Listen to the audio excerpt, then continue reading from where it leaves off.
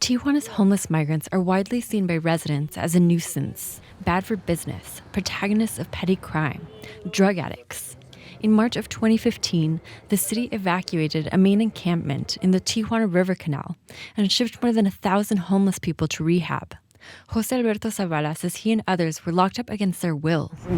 What they do is a kidnapping. It's a violation of human rights.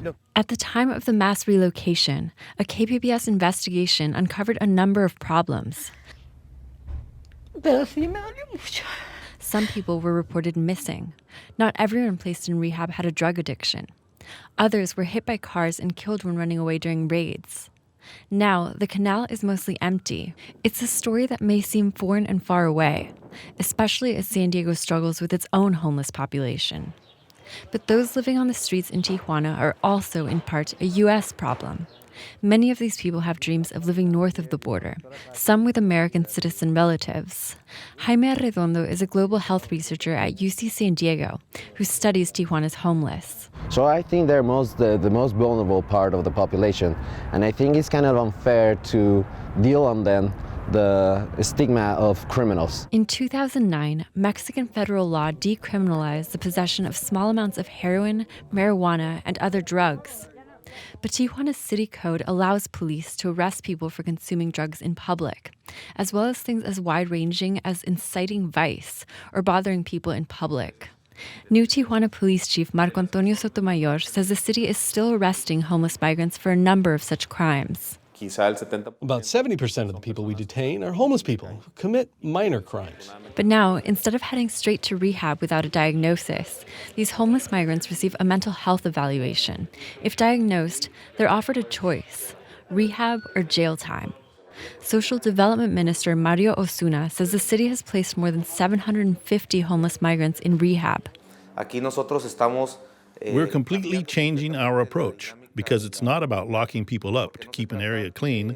It's about giving them an opportunity to change their lives. When asked to clarify exactly how this approach differs from the last administration's, which also involved rehabilitation, Osuna says the distinction is accountability.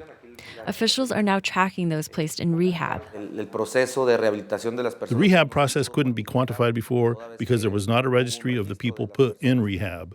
There were also some human rights issues, allegations that people were disappearing, which we don't have anymore because we have an account of everyone. KPBS asked to view this registry, but a spokesman said he's still reviewing the request. Both officials say they think they can tackle the city's crime problem by solving the addiction problem. But ever since Tijuana started clearing homeless off the streets in 2015, homicides have only increased, from 670 to 910, reaching a record high of more than 1,700 last year. Tijuana police continue to patrol the canal, as well as the Mexican army. Arredondo of UC San Diego says the city should be using those resources to combat cartel crimes. He says the military isn't equipped to deal with mental health issues. It's like using a machete to do a surgery. You know, you are really using a blunt tool to say something that is really extremely delicate. He says the city should offer methadone to wean people off heroin and provide safe consumption rooms. To fill the gap, a nonprofit called Prevencasa offers drug users clean syringes to prevent the spread of HIV and hepatitis C. Joanna Castañeda is a health promoter at Prevencasa. She says many homeless migrants come to Prevencasa for medical treatment because at the public hospital they're forced to wait longer than anyone else. They are suffering discrimination with a lot of people, not just the society, but even with healthcare providers. Others end up at the clinic because they self-mutilate. A lot of them know police won't take them to jail if they have open wounds.